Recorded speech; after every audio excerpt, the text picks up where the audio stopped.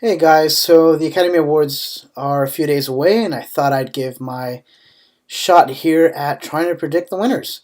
Now, some of my picks I know will frustrate you guys, and I'm hoping you guys won't get too mad, but maybe you guys will get a kick out of it. So let us begin. So, for Best Documentary Short Feature, I'm going with Period End of Sentence. For Best Live Action Short Film, I'm going with Skin. And for Best Animated Short Film, I'm going with Bao. And the reason I'm pairing these three up together is because I really don't have much to say about them.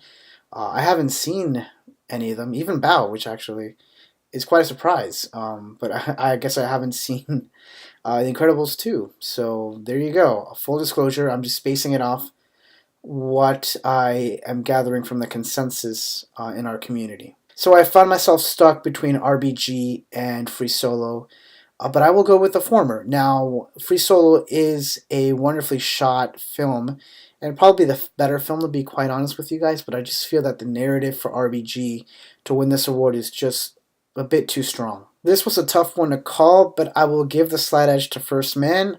All the simulations in space and the moon landing should be enough to get him the win. Now, I understand that most people will bash this, and this pick actually, which is one of the ones I was mentioning in my intro, but I feel that Bohemian Rhapsody has a decent shot of winning Best Editing just because of all the controversy that it went through.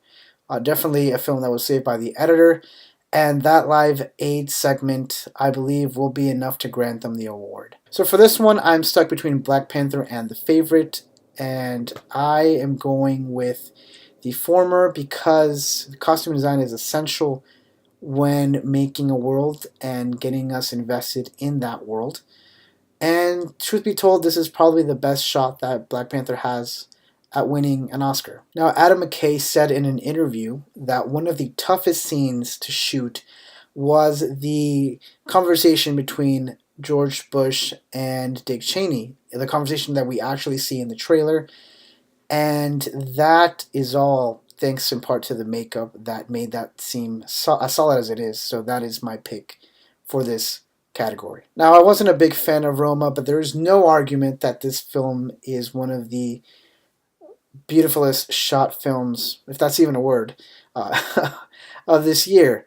And from that protest scene to the beach scene, everything was just excellently done. Black Panther and The Favorite could also make a run for this award, but I'm going to give it to Mary Poppins Returns. This film just had wonderful production design, from the musical numbers to the landscape itself. This category is up in the air for me, but I have a feeling it's going to go to a music-centric film, and I'll be choosing A Star is Born. There are many nominees worthy of this award, but I am choosing A Quiet Place because of its unique use of sound throughout the whole film. Now, this is the definition of a lock. Even people who haven't seen the film know about this song and have heard this song, so I would be in shock if it doesn't win. I didn't love If Beale Street Could Talk as much as I wanted to, but one of the things that did stay with me was the score, and it is amazing. So, full disclosure, I have only seen one of the films in this category, which was Roma, and that is my pick because I don't believe it'll win Best Picture.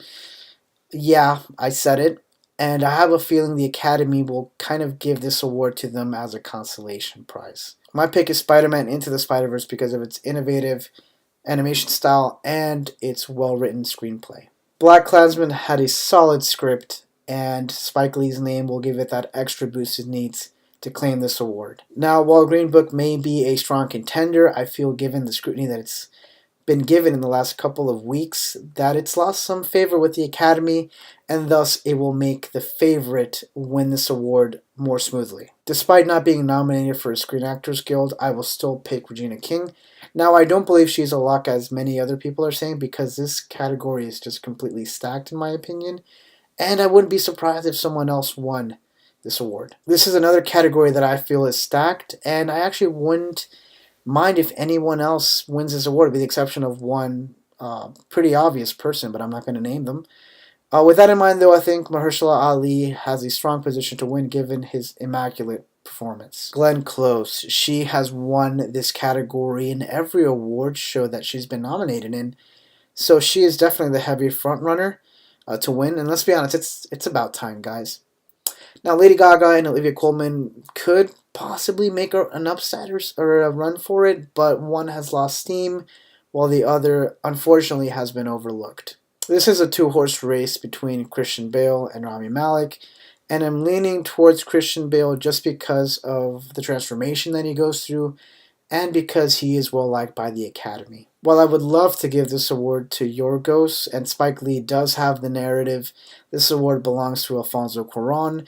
He's won every other director award so far, and it's pretty much a lock. I know Roma is favored to win, but hear me out here, guys.